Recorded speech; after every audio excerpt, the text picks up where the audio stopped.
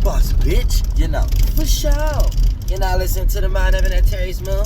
I'm the Royal Archangel Uriel, and I'm here to carry out God's duties and motherfucking responsibilities. And right now, look, we're going to get into this, right? Because the art of manifesting. And it goes into many different scenarios. Not just meditating, not just, you know what I'm saying, doing rituals and spells, not just having spiritual equilibrium, but it's a day-to-day battle.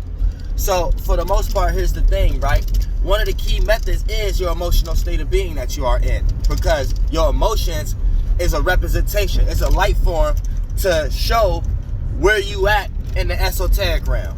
And when you manifest negative situations, it's because you're vibrating in negative feelings, and that's a representation of where you're at spiritually in the esoteric realm, aka the houses that could derive those negative feelings or those negative thoughts.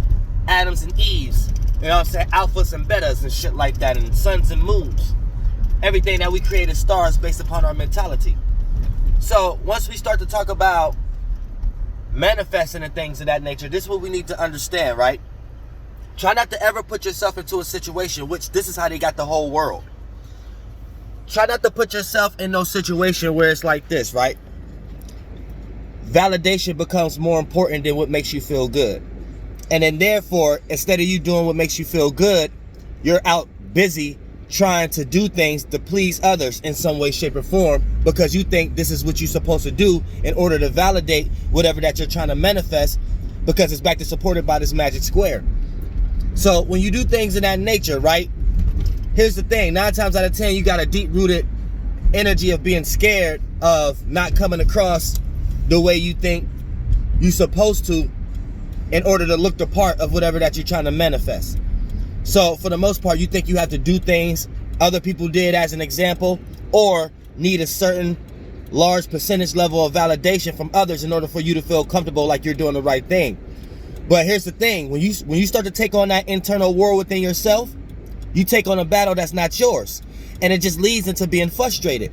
Because for the most part, hold on, let me make this turn. You end up being frustrated, and the moment you become frustrated, that is a representation of you're doing something that you ain't supposed to be doing. You're doing something that's not truly you. You're trying to do something in somebody else's way, or you're trying to do something to please other individuals, and that became the job instead of what you actually want to do to make you feel good.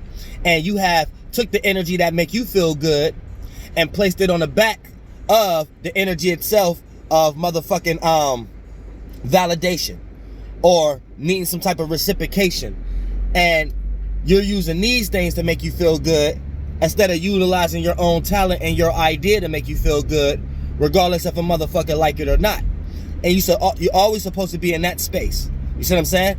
So keep that in mind. Anytime you're in a circumstance where you allowing the external world to validate what makes you feel good, manifestation comes a lot slower.